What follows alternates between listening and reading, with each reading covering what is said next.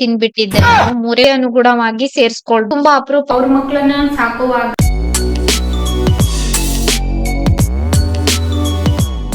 Hello ಸ್ನೇಹಿತರೆ, welcome back to my channel. ನಾನಿವತ್ತು ಸಿಹಿ ಅಮಟೆಕಾಯಿ ಸಾರ್ ಮಾಡೋಣ ಅಂತ ಹೇಳಿ ಇಲ್ಲಿ ಅಮಟೆಕಾಯನ್ನ ತೊಳ್ದಿಟ್ಕೊಂಡಿದೀನಿ. 4 ಇತ್ತು, ಅದ್ರಲ್ಲಿ ಒಂದ್ ಹಂಗೆ ತಿನ್ಬಿಟ್ಟಿದ್ದೆ ನಾನು. ಮೂರ್ ಅಮಟೆಕಾಯಿ ಹಾಕ್ಬಿಟ್ಟು ಸಾರ್ ಮಾಡ್ತಾ ಇದ್ದೀನಿ. ಇಲ್ಲಿ ಸಾಮಗ್ರಿಗಳು: ಧನಿಯಾ ಬೀಜ, ಜೀರಿಗೆ, ಸೋಂಪು ಕಾಳು, ಹಾಗೆ ಬ್ಯಾಡ್ಗೆ ಮೆಣಸು, ಅರಿಶಿನ ಪುಡಿ, ಮತ್ತೆ ತೆಂಗಿನ ತುರಿ, ತುಪ್ಪ ಬೇಕು, ಇಂಗ್ ಬೇಕು, ಹಾಗೇನೆ ಉದ್ದಿನ ಬೇಳೆ ಬೇಕು. ನಾನು ಬ್ಯಾಡ್ಗೆ ಮೆಣಸನ್ನ ಹುರ್ದಿಲ್ಲ, ಧನಿಯಾ ಬೀಜ ಮತ್ತೆ ಈ ಜೀರಿಗೆ ಸೋಂಪು ಮಾತ್ರ ಹುರಿದಿರುವಂತದ್ದು. ಮೊದ್ಲಿಗೆ ನಾನು ತೆಗೆದುಕೊಂಡಂತಹ ತೆಂಗಿನಕಾಯಿ, ಅರಿಶಿನ ಪುಡಿ, ಧನಿಯಾ ಬೀಜ, ಜೀರಿಗೆ, ಸೋಂಪು, ಬ್ಯಾಡ್ಗೆ ಮೆಣಸು ಇವಿಷ್ಟನ್ನ ರುಬ್ಬೋದಕ್ ಹಾಕಿದೀನಿ. ರುಬ್ಬೋದಕ್ ಹಾಕಿದ ತಕ್ಷಣ ಈ ಕಡೆ ಒಲೆ ಮೇಲೆ ನಾನು ಒಂದು ಒಗ್ಗರಣೆ ಹುಟ್ಟಿಟ್ಬಿಟ್ಟು ಒಗ್ಗರಣೆ ಹುಟ್ಟಿಗೆ ತುಪ್ಪ ಹಾಕಿಟ್ಟಿದ್ದೆ. ನಂತರ ಉದ್ದಿನ ಬೇಳೆ ಮತ್ತೆ ಇಂಗನ್ನ ಹಾಕಿ ಉದ್ದಿನ ಬೇಳೆ ಸ್ವಲ್ಪ ಕಲರ್ ಚೇಂಜ್ ಆಗೋವರೆಗೂ ನಾನು ಫ್ರೈ ಮಾಡ್ಕೊಂಡೆ. ಉದ್ದಿನ ಬೇಳೆ ಸ್ವಲ್ಪ ಗೋಲ್ಡನ್ ಕಲರ್ ಬರ್ತಾ ಇದ್ದಾಗ್ಲೇನೆ ನಾನು ರುಬ್ಬೋದಕ್ ಮಸಾಲೆ ಹಾಕಿದ್ದೆ ಅಲ್ವಾ, ಇದಕ್ಕೇನೆ ಸೇರ್ಸಿದೀನಿ. ಇವಾಗ ನುಣ್ಣಗೆ ಮಸಾಲೆನ ರುಬ್ಕೊಳ್ಬೇಕು. ಈ ಅಮಟೆಕಾಯಿ ಸಾರು ಸ್ವಲ್ಪ ಖಾರ ಆದ್ರೂನು ಚೆನ್ನಾಗಿರ್ತದೆ. ಖಾರ ಸಿಹಿ ಸಿಹಿ ಆಗಿ ಹುಳಿ ಹುಳಿ ಆಗಿ ಇರ್ತದೆ. ನಮ್ಮನೆ ಬ್ಯಾಡ್ಗೆ ಮೆಣಸು ಸ್ವಲ್ಪ ಖಾರ ಜಾಸ್ತಿನೇ ಇದೆ, ಹಂಗಾಗಿ ನಾನು 4 ಹಾಕಿರುವಂತದ್ದು. ಅಮಟೆಕಾಯನ್ನ ನೀಟಾಗಿ ತೊಳೆದು ತೊಟ್ಟಿನ ಭಾಗನ ಕಟ್ ಮಾಡ್ಬಿಟ್ಟು ಈ ತರ ಕಟ್ ಮಾಡ್ಬಿಟ್ಟು ನಾನು ಹಾಕ್ತಾ ಇದ್ದೀನಿ. ಇದ್ರದ್ದು ಸಿಪ್ಪೆ ತೆಗಿಬಾರ್ದು, ಸಿಪ್ಪೆ ಸಮೇತ ಹಾಕ್ಬೇಕು. ಇಷ್ಟು ಹೋಳಾಯ್ತು ಅಮಟೆಕಾಯಿ ಕಟ್ ಮಾಡಿದ ನಂತರ. ನಮ್ಮಿಬ್ರಿಗೆ ಅಲ್ವಾ ಸಾಕಾಗ್ತದೆ. ನಾನು ಕಟ್ ಮಾಡಿದ ಅಮಟೆಕಾಯಿನ ಸ್ವಲ್ಪ ವಾಶ್ ಮಾಡ್ಕೊಳ್ತಾ ಇದ್ದೀನಿ. ವಾಶ್ ಮಾಡ್ಬೇಕಂತೇನಿಲ್ಲ, ನಾವು ಕಟ್ ಮಾಡುವಾಗ್ಲೇನೆ ತೊಳೆದಿರ್ತೀವಿ ಅಲ್ವಾ. ಆದ್ರೂ ಇನ್ನೊಮ್ಮೆ ಸ್ವಲ್ಪ ತೊಳೆದು ಸ್ವಲ್ಪ ನೀರ್ ಹಾಕ್ಬಿಟ್ಟು ಇದನ್ನ ಬೇಯೋದಕ್ಕೆ ಇಡ್ತಾ ಇದ್ದೀನಿ. ಬೇಗನೆ ಬೇಯ್ತದೆ, ಜಾಸ್ತಿ ಏನ್ ಸಮಯ ಬೇಕಾಗೋದಿಲ್ಲ. ಇದು ಬಂದು ಸಿಹಿ ಅಮಟೆ. ಇನ್ನ ಇದ್ರಲ್ಲಿ ಹುಳಿ ಅಮಟೆ ಕೂಡ ಬರ್ತದೆ. ಎರಡು ಕೂಡ ಸಾರ್ ಮಾಡೋ ಮೆಥಡ್ ಸೇಮೇನೆ ನಮ್ಮ ಮನೆಯಲ್ಲಿ. ನಾನು ಸ್ವಲ್ಪ ಬೆಲ್ಲ ಹಾಕಿದ್ದೆ. ಅಮಟೆಕಾಯಿ ಬೆಂದ ನಂತರ ನಾನಿಲ್ಲಿ ರುಬ್ಬಿದಂತಹ ಮಸಾಲೆನ ಸೇರಿಸ್ತಾ ಇದ್ದೀನಿ. ಅಮಟೆಕಾಯಿ ಬೇಗನೆ ಬೇಯ್ತದೆ, ಅಮಟೆಕಾಯಿ ಬೇಯಿಸ್ಕೊಳ್ಬೇಕು ಮೊದ್ಲಿಗೆ. ರುಬ್ಬಿದಂತಹ ಮಸಾಲೆ ಹಾಕಿ ನಾನಿಲ್ಲಿ ಬೆಲ್ಲ ಕೂಡ ಸೇರ್ಸಿದೀನಿ ಅಮಟೆಕಾಯಿಗೆ ಆವಾಗ್ಲೇನೆ. ರುಚಿಗೆ ತಕ್ಕಷ್ಟು ಉಪ್ಪನ್ನು ಕೂಡ ಸೇರಿಸ್ತಾ ಇದ್ದೀನಿ. ಇವಾಗ ಇದನ್ನ ಕುದಿಸ್ಕೊಳ್ಬೇಕು ಚೆನ್ನಾಗಿ. ತುಂಬಾ ಟೇಸ್ಟಿ ಆಗಿ ಬರ್ತದೆ. ನೀವು ಕೂಡ ಒಮ್ಮೆ ಟ್ರೈ ಮಾಡಿ. ಈ ಅಮಟೆಕಾಯಿನಲ್ಲಿ ಗೊಜ್ಜೆಲ್ಲ ಮಾಡ್ತಾರೆ. ಚೆನ್ನಾಗಿ ಸಾರು ಕುದೀತಾ ಕುದೀತಾ ಸ್ವಲ್ಪ ಗಟ್ಟಿ ಆಗ್ತಾ ಬಂತು. ಏನಕ್ಕೆ ಅಂತಂದ್ರೆ ನಾವು ಉದ್ದಿನ ಬೇಳೆ ಎಲ್ಲ ಹಾಕಿರ್ತೀವಿ ಅಲ್ವಾ, ಹಂಗಾಗಿ. ಈ ಕಡೆ ಸಿಂಪಲ್ ಆಗಿ ಒಂದು ಒಗ್ಗರಣೆ ಮಾಡ್ಕೊಳ್ತಾ ಇದ್ದೀನಿ. ಎಣ್ಣೆ, ಸಾಸಿವೆ, ಬ್ಯಾಡ್ಗೆ ಮೆಣಸು ಮತ್ತೆ ಕರಿಬೇವು, ಇಷ್ಟೇನೆ. ಅಮಟೆಕಾಯಿ ಸಾರು ಚೆನ್ನಾಗಿ ಕುದೀತಾ ಇತ್ತಲ್ವಾ, ಈ ಟೈಮ್ ನಲ್ಲಿ ನಾನು ಒಗ್ಗರಣೆ ಕೂಡ ಸೇರಿಸ್ತಾ ಇದ್ದೀನಿ. ಬೆಲ್ಲ ನಿಮ್ಮ ಸಿಹಿಗೆ ಅನುಗುಣವಾಗಿ ಸೇರಿಸ್ಕೊಳ್ಬಹುದು, ಅಳತೆ ಏನಿಲ್ಲ. ಸ್ವಲ್ಪ ಜಾಸ್ತಿ ಬೇಕಂತಂದ್ರೆ ಜಾಸ್ತಿ ಹಾಕೊಳ್ಬಹುದು, ಇಲ್ಲ ಅಂತಂದ್ರೆ ಟೇಸ್ಟ್ ನೋಡ್ಬಿಟ್ಟುನು ಸೇರಿಸ್ಕೊಳ್ಬಹುದು. ಸಿಹಿ ಅಮಟೆ ಸಾರು ಕೂಡ ರೆಡಿ ಆಯ್ತು. ತುಂಬಾ ಟೇಸ್ಟಿ ಆಗಿ ಬರ್ತದೆ, ನೀವು ಕೂಡ ಒಮ್ಮೆ ಟ್ರೈ ಮಾಡಿ. ಹಂಗೆ ನಾನು ನೆಕ್ಸ್ಟ್ ಡೇ ಕಸ ಕೊಡೋದಕ್ಕೆ ಅಂತ ಹೋಗಿದ್ದೆ.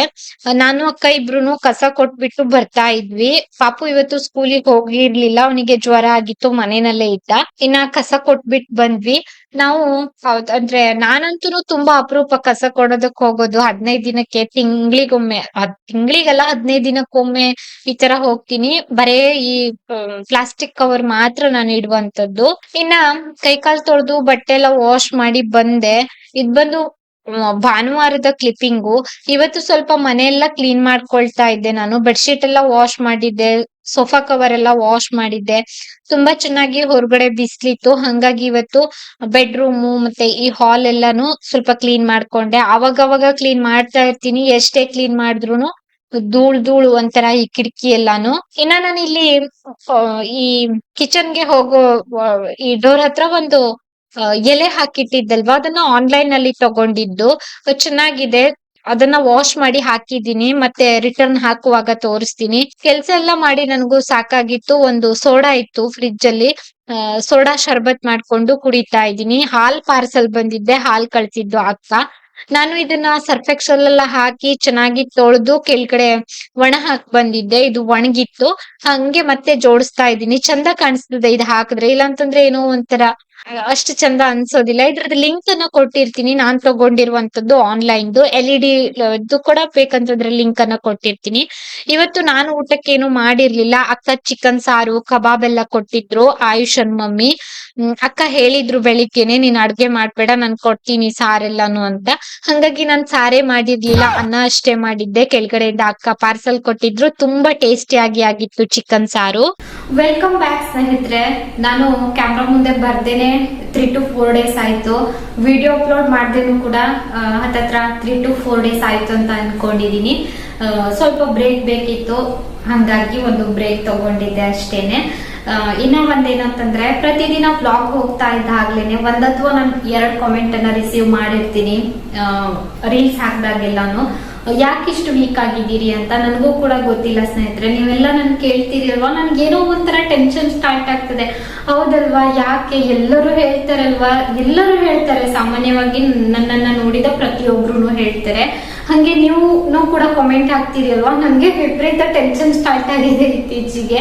ಹೌದಾ, ನಾನು ಅಷ್ಟು ಸಣ್ಣ ಆಗಿದ್ದೀನ ಅಂತ ಅದೇನೋ ಗೊತ್ತಿಲ್ಲ ನನ್ಗೂನು. ಇನ್ನ ಒಂದೇನಂತಂದ್ರೆ, ತುಂಬಾ ಕಾಮೆಂಟ್ಸ್ ಬಂದಿದೆ, ಅದಕ್ಕೆಲ್ಲ ಆನ್ಸರ್ ಮಾಡ್ಕೊಂಡ್ ಬಿಡ್ತೀನಿ. ಇವತ್ತು ಒಂದು 2-3 ಕಾಮೆಂಟ್ ನೋಡಿದ್ದೆ, ಹಂಗಾಗಿ ನನ್ಗೆ ಹೇಳ್ಬೇಕಂತ ಅನಿಸ್ತು. ವ್ಯೂವರ್ಸ್ ಒಬ್ರು ನನ್ಗೆ ಕಾಮೆಂಟ್ ಹಾಕಿದ್ದಾರೆ, ಸ್ಮಿತಾ ರಂಜು ಅಂತ ಇದೆ ID ಬಂದು. ಅಕ್ಕ ವರ್ಕ್ ಫ್ರಮ್ ಹೋಮ್ ಏನಾದ್ರೂ ತಿಳಿಸಿ, ಹೊನ್ನಾವರ ತಾಲೂಕಾಯ್ತು ನಮ್ಗೆ ಅಂತ. ಎಲ್ಲ ವಿಡಿಯೋಗೂ ಬಂದು ಕಾಮೆಂಟ್ ಹಾಕಿದ್ದಾರೆ ಇವರು. ವರ್ಕ್ ಫ್ರಮ್ ಹೋಮ್ ನನ್ಗೆ ಆನ್ಲೈನ್ ಬಗ್ಗೆ ಎಲ್ಲ ಅಷ್ಟೊಂದು ಗೊತ್ತಿಲ್ಲ. ನಾನು ಹಾನೆಸ್ಟ್ ಆಗಿ ಹೇಳ್ತೀನಿ, ನಮಗೂ ಕೂಡ ಕೆಲವೊಂದಿಷ್ಟು ಪ್ರಮೋಷನ್ಗಳು ಬರ್ತದೆ, ಇಲ್ಲ ಅಂತ ಅಲ್ಲ. ಅದನ್ನೆಲ್ಲ ಮಾಡಿ ನೀವೇನಾದ್ರೂ ದುಡ್ಡನ್ನ ಕಳ್ಕೊಂಡ್ರೆ ಅದೆಲ್ಲ ನನಗ್ ಬೇಕಾ? ಹಂಗಾಗಿ ನಾನು ಸ್ವಲ್ಪ ಜಾಗರೂಕತೆನಲ್ಲೇ ಇರ್ತೀನಿ. ಆನ್ಲೈನ್ ವರ್ಕ್ ಫ್ರಮ್ ಹೋಮ್ ಬಗ್ಗೆ ಗೊತ್ತಿಲ್ಲ. ಅವರು ಎಲ್ಲೋ ಇನ್ಸ್ಟಾದಲ್ಲೆಲ್ಲೋ ನೋಡ್ಕೊಂಡು ನನ್ಗೆ ಮೆಸೇಜ್ ಹಾಕಿದ್ದಾರೆ. ಇವ್ರದ್ದು ತುಂಬಾ ಮೆಸೇಜ್ ಬಂದಿತ್ತು, ನಾನು ಒಂದೇ ಸ್ಕ್ರೀನ್ ಶಾಟ್ ತಗೊಂಡಿದ್ದೆ. ಮೀಶೋ ಪ್ಯಾಕಿಂಗ್ ವಿಡಿಯೋಸ್ ಅಂತದ್ದೆಲ್ಲ ವರ್ಕ್ ಫ್ರಮ್ ಹೋಮ್ ಇದ್ರೆ ಹೇಳಿ ಅಂತ. ಅದೆಲ್ಲ ನನ್ಗೆ ಅಷ್ಟು ಗೊತ್ತಿಲ್ಲ. ನಾನು ಕೂಡ ಇನ್ಸ್ಟಾದಲ್ಲೆಲ್ಲ ನೋಡ್ತಾ ಇರ್ತೀನಿ, ಅದೆಲ್ಲ ಹಾನೆಸ್ಟ್ ಇದೆಯೋ ಇಲ್ವೋ ನನ್ಗೆ ಗೊತ್ತಿಲ್ಲ ಸ್ನೇಹಿತರೆ. ಇನ್ನ ನೀವು ಮನೆಯಲ್ಲೇ ಇಟ್ಕೊಂಡ್ ಮಾಡ್ತೀನಿ ಅಂತಂದ್ರೆ, ಸೀರೆ ಕುಚ್ಚು ಹಾಕ್ಬಹುದು, ಟೈಲರಿಂಗ್ ಕಲ್ತ್ಕೊಳ್ಬಹುದು. ಯಾವ್ದು ಕೂಡ ಈಸಿ ಇಲ್ಲ, ಕಷ್ಟ ಪಡ್ಬೇಕು. ಏನಾದ್ರೂ ಚಿಕ್ಕ ಪುಟ ಮಾಡ್ಬಹುದು. ಆತರ ಏನಾದ್ರೂ ವರ್ಕ್ ಫ್ರಮ್ ಹೋಮ್ ಬಂದು ಹಾನೆಸ್ಟ್ ಆಗಿದೆ ಅಂದ್ರೆ, ಒಳ್ಳೆ ರೀತಿನಲ್ಲಿ ಇದೆ ಅಂತಂದ್ರೆ ನಾನು ಅಪ್ಡೇಟ್ ಮಾಡ್ತೀನಿ. ಅದನ್ ಬಿಟ್ರೆ ನನ್ಗೂ ಕೂಡ ಸ್ವಲ್ಪ ಭಯ ಇರ್ತದೆ, ಆಯ್ತಾ. ಆತರ ಏನಾದ್ರೂ ವರ್ಕ್ ಫ್ರಮ್ ಹೋಮ್ ಗೊತ್ತಿದ್ರೆ ನಾನು ಮಾಡ್ತಾ ಇದ್ದೆ. ನನ್ಗೂ ಕೂಡ ಇದ್ರ ಜೊತೆ ಇನ್ನ ಏನಾದ್ರೂ ಬೇಕು ಅಂತ ನನ್ಗೂ ಕೂಡ ಅನಿಸ್ತಾ ಇರ್ತದೆ. ಹಾಗಾಗಿ ನಾನು ಕೂಡ ಮಾಡ್ತಾ ಇದ್ದೆ. ನನ್ಗೆ ಅಷ್ಟು ಗೊತ್ತಿಲ್ಲ. ಇನ್ನ ಕೆಲವೊಂದಿಷ್ಟು ಇದಿರ್ತದೆ, ಏನಂತಂದ್ರೆ ಈ ಏನ್ ಹೇಳ್ತಾರೆ, ನೀವು ಲಾಸ್ಟ್ ಟೈಮ್ ಒಂದ್ ಇದ್ ಮಾಡಿದ್ರಲ್ಲ, ಅಮೌಂಟ್ ತುಂಬಿಟ್ಟು ಫ್ರೀಲೆನ್ಸ್ ಅವೆಲ್ಲ ಇರ್ತದೆ. ಬಟ್ ನಾವ್ ಅನ್ಕೊಂಡಷ್ಟು ಈಸಿ ಯಾವ್ದೂ ಕೂಡ ಇರೋದಿಲ್ಲ. ಇದೊಂದು ನಾನು ಕ್ಲಿಯರ್ ಮಾಡ್ತೀನಿ, ತುಂಬಾ ಈಸಿ ಇರೋದಿಲ್ಲ. ಹಣ ಹಾಕಿ ನಾವು ಒಮ್ಮೆ ಹೋಗಿದ್ದು ಕೂಡ ಉಂಟು. ಈ ತರ ಮೊದ್ಲಿಗೆ ಪೇ ಮಾಡ್ಬೇಕಾಗಿತ್ತು, ಪೇ ಮಾಡಿದ್ವಿ. ನಂತರ ಆ ಕೆಲಸ ನಮ್ಮ ಹತ್ರ ಮುಂದುವರ್ಸ್ಕೊಂಡು ಹೋಗೋದಕ್ಕಾಗಿಲ್ಲ. ಹಾಗಾಗಿ ಇದ್ರ ಬಗ್ಗೆ ನಾನು ಮತ್ತೆ ಜಾಸ್ತಿ ಹೇಳೋದಿಲ್ಲ, ಆಯ್ತಾ.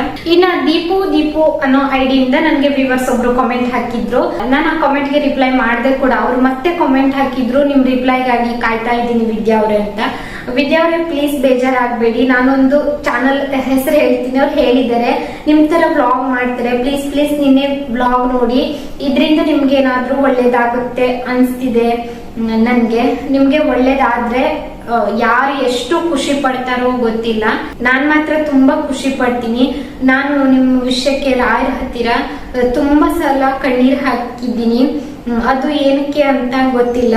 ಯಾವ ಜನ್ಮದಲ್ಲಿ ನೀವು ನನ್ನ ಸಿಸ್ಟರ್, ಫ್ರೆಂಡ್, ರಿಲೇಟಿವ್ ಆಗಿದ್ರಿ ಅಂತ ಗೊತ್ತಿಲ್ಲ. ಆದ್ರೆ ನಾನು ರಾಯರ ಮುಂದೆ ನಿಮ್ಗಾಗಿ ಕಣ್ಣೀರು ಹಾಕಿದ್ದೀನಿ.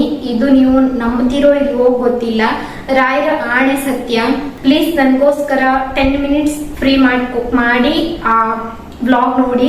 ನಾನು ಇವತ್ತು ಅವರ ಬ್ಲಾಗ್ ನೋಡಿದ್ದೆ, ಯಾಕೋ ನಿಮ್ಗೆ ಹೇಳ್ಬೇಕು ಅನಿಸ್ತು, ಪ್ಲೀಸ್ ನೋಡಿ ರಿಪ್ಲೈ ಮಾಡಿ ಅಂತ ನನ್ಗೆ ಮೆಸೇಜ್ ಬರ್ದಿದ್ರು. ನಿಮ್ಮ ಪ್ರೀತಿಗೆ ಥ್ಯಾಂಕ್ ಯು ಸೋ ಮಚ್. ನನ್ಗೆ ಬ್ಲಾಗ್ ಅಂದ್ರೆ ಮೆಸೇಜ್ ಅಲ್ಲಿ ನಿಮ್ಗೆ ಥ್ಯಾಂಕ್ಸ್ ಹೇಳಿದ್ದು ಸಾಕಾಗಿಲ್ಲ, ಹಾಗಾಗಿ ನಾನು ಈ ಕಾಮೆಂಟ್ ಅನ್ನ ಓದಿದ್ದೀನಿ. Thank you so much. ನಿಮ್ಮ ಪ್ರೀತಿಗೆ ಬೆಲೆ ಕಟ್ಟೋದಕ್ಕೆ ಖಂಡಿತ ಸಾಧ್ಯ ಇಲ್ಲ. ನಾನು ಕೆಲವೊಮ್ಮೆ ಈ ತರ ಕಾಮೆಂಟ್ ಅನ್ನ ನೋಡ್ತಾ ಇರ್ತೀನಿ ಅಲ್ವಾ, ತುಂಬಾ ಜನ ನಿನ್ನೆ ರಾತ್ರಿ ಕೂಡ ಯಾರೋ ವ್ಯೂವರ್ಸ್ ಒಬ್ರು ನನಗೆ ಇನ್ಸ್ಟಾದಲ್ಲಿ ಮೆಸೇಜ್ ಹಾಕ್ತಾ ಇದ್ರು. ಈ ತರ ಕಾಮೆಂಟ್ಸ್ ಎಲ್ಲ ನೋಡಿದಾಗ ನಾನು ತುಂಬಾ ಬಾರಿ ನಮ್ಮ ಮನೆಯವ್ರ ಜೊತೆ ಹೇಳಿದ್ದು ಕೂಡ ಉಂಟು. ನನ್ಗೊಂದು ಒಳ್ಳೇದಾದ್ರೆ ನಮ್ಮವರು ಅನ್ಕೊಂಡು ಅವ್ರು ಎಷ್ಟು ಖುಷಿ ಪಡ್ತಾರೋ ಇಲ್ವೋ ಗೊತ್ತಿಲ್ಲ. ನೀವು ಕೂಡ ನಮ್ಮವ್ರೇನೆ ಸ್ನೇಹಿತರೆ, ಅಲ್ಲ ಅಂತ ಅಲ್ಲ, ಆದ್ರೆ ನನ್ನ ಯೂಟ್ಯೂಬ್ ನೋಡೋರು ಸ್ವಲ್ಪ ಜನ ಇದಾರಲ್ವಾ, ಅವ್ರು ತುಂಬಾ ಖುಷಿ ಪಡ್ತಾರೆ ಅಂತ ನಾನು ಯಾವಾಗ್ಲೂ ನಮ್ಮ ಮನೆಯವ್ರ ಜೊತೆ ಹೇಳ್ತಿರ್ತೀನಿ. ಒಂದಿಷ್ಟು ಜನ ಇದ್ದಾರೆ ಯಾವಾಗ್ಲೂ ಏನೋ ಒಂಥರ ಕೇರ್ ಮಾಡೋದು, ಕನ್ಸರ್ನ್ ತೋರಿಸೋದು ಎಲ್ಲಾನು. ನಾನು ನಮ್ಮ ಮನೆಯವ್ರಿಗೆ ಹೇಳ್ತಾ ಇರ್ತೀನಿ ಇದ್ರ ಬಗ್ಗೆ. ಥ್ಯಾಂಕ್ ಯು ಸೋ ಮಚ್ ನಿಮ್ಮ ಪ್ರೀತಿಗೆ. ಇದಕ್ಕಿಂತ ಏನ್ ಹೇಳೋದಕ್ ಸಾಧ್ಯ ಅಲ್ವಾ? ಥ್ಯಾಂಕ್ಸ್ ಬಿಟ್ರೆ ನನ್ನ ಹತ್ರ ಏನ್ ಹೇಳೋದಕ್ಕೂ ಸಾಧ್ಯ ಇಲ್ಲ. Thank you so much. ದೇವರಿಗೆ ನನ್ನ ಕಣ್ಣೀರಂತೂ ಕಾಣಿಸ್ತಾ ಇದೆಯೋ ಇಲ್ವೋ ಗೊತ್ತಿಲ್ಲ. ನೀವು ಹೇಳಿದ್ರಿ ಅಲ್ವಾ ನಾನ್ ಕಣ್ಣೀರ್ ಹಾಕಿದ್ದೀನಿ ಅಂತ. ಅಟ್ಲೀಸ್ಟ್ ನಿಮ್ ಕಣ್ಣೀರಾದ್ರೂ ದೇವ್ರಿಗೆ ಕಾಣಿಸಿ ನನ್ಗೊಂದು ಒಳ್ಳೇದಾಗ್ಲಿ. ನಾನು ಎಷ್ಟು ಕಣ್ಣೀರ್ ಹಾಕಿದ್ರು ದೇವ್ರಿಗೆ ಅದು ಕಾಣಿಸ್ತದ್ಯೋ ಇಲ್ವೋ ಗೊತ್ತಿಲ್ಲ. ಕಾಣಿಸಿದಿದ್ರೆ ಬಹುಶಃ ಇಷ್ಟೊತ್ತಿಗೆ ನನ್ಗೊಂದು ದಾರಿ ತೋರಿಸ್ತಾ ಇದ್ರೇನು, ಏನೋ ಗೊತ್ತಿಲ್ಲ. ಇದ್ರ ಬಗ್ಗೆ ಮತ್ತೆ ನಾನು ಜಾಸ್ತಿ ಮಾತಾಡೋದಿಲ್ಲ. ನೋಡೋಣ, ಸಮಯ ಎಲ್ಲದಕ್ಕೂ, ಕಾಲ ಎಲ್ಲದಕ್ಕೂ ಉತ್ತರ ಕೊಡ್ಲೇಬೇಕು. ನೋಡೋಣ. ಇನ್ನ ಕೊನೆಯದಾಗಿ ಒಂದ್ ಕಾಮೆಂಟ್ ಇದೆ. ಅವರು ಕಾಮೆಂಟ್ ಹಾಕಿದ್ದಾರೆ, ಹಾಯ್ ವಿದ್ಯಾ ಅವರೇ, ನಿಮ್ಮಿಂದ ಒಂದು ಸ್ಮಾಲ್ ಸಜೆಷನ್. ಏನು ಅಂದ್ರೆ, ನಾನು ನಮ್ಮ ಸಿಸ್ಟರ್ ಅಂದ್ರೆ ನಮ್ಮ ಭಾವ ಅವರ ಮಕ್ಕಳನ್ನ ಒಂದು 3 years ನೋಡ್ಕೊಂಡೆ. 5 ಮಕ್ಕಳು, ನನ್ನ ಮಕ್ಕಳು ಚಿಕ್ಕವರಿದ್ರು ಆವಾಗ. ತುಂಬಾ ಕಷ್ಟಪಟ್ಟು ನೋಡ್ಕೊಂಡೆ. ಬಟ್ ಇವಾಗ ನನ್ನ ಸಿಸ್ಟರ್ ನನ್ನನ್ನ ನೆಗ್ಲೆಕ್ಟ್ ಮಾಡ್ತಾರೆ. ಅವ್ರ ಮಕ್ಕಳನ್ನ ಸಾಕುವಾಗ ನಾನು ಬೇಕಿತ್ತು, ಅಂಡ್ ಅವ್ರ ಕೆಲಸ ಆಗ್ಬೇಕಾದ್ರೆ ಮಾತ್ರ ನನ್ನನ್ನ ಮಾತಾಡ್ಸ್ತಾ ಇದ್ರು, ಇಲ್ಲ ಅಂದ್ರೆ ಮಾತಾಡ್ಸ್ತಿಲ್ಲ. ತುಂಬಾ ನೋವಾಗುತ್ತೆ ವಿದ್ಯಾ ಅವ್ರೆ. ಜನ ಹೇಗೆ ಚೇಂಜ್ ಆಗ್ತಾರೆ ಅಲ್ವಾ ವಿದ್ಯಾ ಅವ್ರೆ? ನನ್ಗೆ ಏನಾದ್ರೂ ಸಜೆಷನ್ ಹೇಳಿ ಪ್ಲೀಸ್ ಪ್ಲೀಸ್ ಅಂತ ವ್ಲಾಗ್ ಅಲ್ಲೇ ಹೇಳಿ, ಪರವಾಗಿಲ್ಲ ಅಂತ ಹೇಳಿದ್ದಾರೆ. ನಿಮ್ಗೆ ತುಂಬಾ ಶಾರ್ಟ್ ಆಗಿ ಹೇಳ್ಬೇಕಂತಂದ್ರೆ, ಜೀವನನೇ ಹೀಗೆ ಆಯ್ತಾ? ಇದನ್ನ ನಾವು ಅರ್ಥ ಮಾಡ್ಕೊಳ್ಬೇಕು. ನಾವ್ ಏನ್ ಎಲ್ಲರನ್ನು ನಮ್ಮವರು ಅಂತ ಸ್ವೀಕಾರ ಮಾಡಿರ್ತೀವಿ ಅಲ್ವಾ, ಎದುರುಗಡೆ ಇರೋರು ಕೂಡ ಹಾಗೆ ಸ್ವೀಕಾರ ಮಾಡ್ತಾರೆ ಅಂತ ನೀವು ನಿರೀಕ್ಷೆನೆ ಮಾಡಬೇಡಿ. ಇದು ಒಂದು. ಸೆಕೆಂಡ್ ಪಾಯಿಂಟ್ ಏನಂದ್ರೆ, ನೀವು ಅವ್ರ ಮಕ್ಕಳನ್ನ ಚೆನ್ನಾಗಿ ನೋಡ್ಕೊಂಡ್ರಿ ಅಲ್ವಾ, ಮಕ್ಕಳು ದೇವರಿಗೆ ಸಮಾನ, ದೇವ್ರು ನೋಡ್ತಾನೆ. ನಾವು ಮಾಡುವಂತಹ ಕೆಲಸ ಇನ್ನೊಬ್ರಿಗೆ ಮೆಚ್ಚುಗೆ ಆಗ್ಬೇಕಂತೇನಿಲ್ಲ. ನೀವು ಅಷ್ಟು ವರ್ಷ ಪ್ರೀತಿಯಿಂದ ನೋಡ್ಕೊಂಡ್ರಿ ಅಲ್ವಾ, ಅದು ಭಗವಂತನಿಗೆ ಮೆಚ್ಚುಗೆ ಆದ್ರೆ ಸಾಕು. ನಿಮ್ಮ ಆತ್ಮಕ್ಕೆ ಅದು ತೃಪ್ತಿ ಕೊಟ್ರೆ ಸಾಕು. ಅವರಿಗೆ ಅದು ಖುಷಿ ಕೊಡ್ಲಿಲ್ವೋ ಅದೆಲ್ಲ ದೇವ್ರ ಪಾದಕ್ಕೆ ಬಿಟ್ಬಿಡಿ. ನನ್ನ ಪ್ರಕಾರ ಇದು ನನ್ಗೆ ಅನ್ಸಿದ್ದನ್ನ ನಾನು ಹೇಳ್ತಾ ಇದ್ದೀನಿ. ಇನ್ನ 3ನೇ ಪಾಯಿಂಟ್ ಏನಂತಂದ್ರೆ, ನೀವು ಆ ಮಕ್ಕಳನ್ನ ತುಂಬಾ ಚಂದ ನೋಡ್ಕೊಂಡ್ರಿ ಅಂತ ನಿಮ್ಮ ಮಕ್ಕಳನ್ನು ಅವ್ರು ಹಾಗೆ ನೋಡ್ಕೊಳ್ತಾರೆ ಅನ್ನೋದು ಸುಳ್ಳು. ಹಾಗೆ ನೋಡ್ಕೊಳ್ಬೇಕು ಅನ್ನುವಂತಹ ನಿರೀಕ್ಷೆ ಕೂಡ ಇಟ್ಕೊಳ್ಬೇಡಿ, ಅದು ಖಂಡಿತ ಸಾಧ್ಯ ಇಲ್ಲ. ಇನ್ನ 4ನೇ ಪಾಯಿಂಟ್ ಏನಂದ್ರೆ, ನೀವು ಹೇಳಿದ್ರಿ ಅಲ್ವಾ, ಅವ್ರ ಮಕ್ಕಳನ್ನ ನೋಡ್ಬೇಕಾದ್ರೆ ನನ್ ಬೇಕಿತ್ತು, ಇವಾಗ ನನ್ನ ನೆಗ್ಲೆಕ್ಟ್ ಮಾಡ್ತಾರೆ ಅಂತ. ನೆಗ್ಲೆಕ್ಟ್ ಮಾಡಿದ್ರೆ ಬಿಟ್ಬಿಡಿ. ಯಾವುದೇ ಸಂಬಂಧಕ್ಕಾಗ್ಲಿ ಅವರು ನಮ್ಮ ಮನಸ್ಸಲ್ಲಿ ಮಾತ್ರ ಅವರು ನಮ್ಮವರು ಅನ್ನುವಂತಹ ಭಾವನೆ ಇರ್ತದಲ್ವಾ, ಹಾಗೆ ಆಪೋಸಿಟ್ ಇರೋರು ಕೂಡ ಇರ್ಬೇಕು, ನಮ್ಮವರು ಇವರು ಅಂತ. ಇಲ್ಲ ಅಂತಂದ್ರೆ ಆ ಸಂಬಂಧಕ್ಕೆ ಬೆಲೆನೇ ಇರೋದಿಲ್ಲ.